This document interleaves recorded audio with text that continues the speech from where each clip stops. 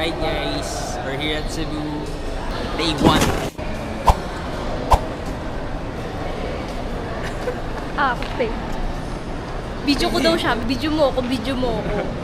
Hi guys, hanap-hanap na ang drinks. Yan ang nakita kong drinks sa aking paghahanap. Should I? Yun, 7-Eleven. So 7-Eleven tayo guys.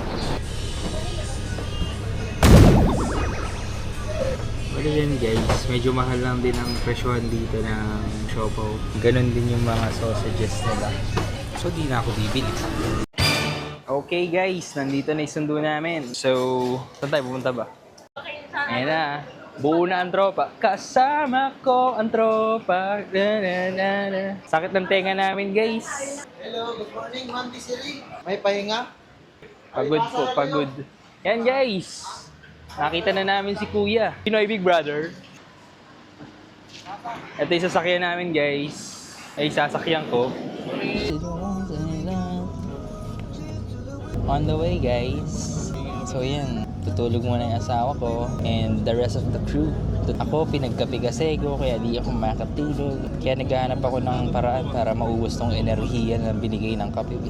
So mamaya pag nasa beach, wala, inaantok na ako. Tulala lang ako.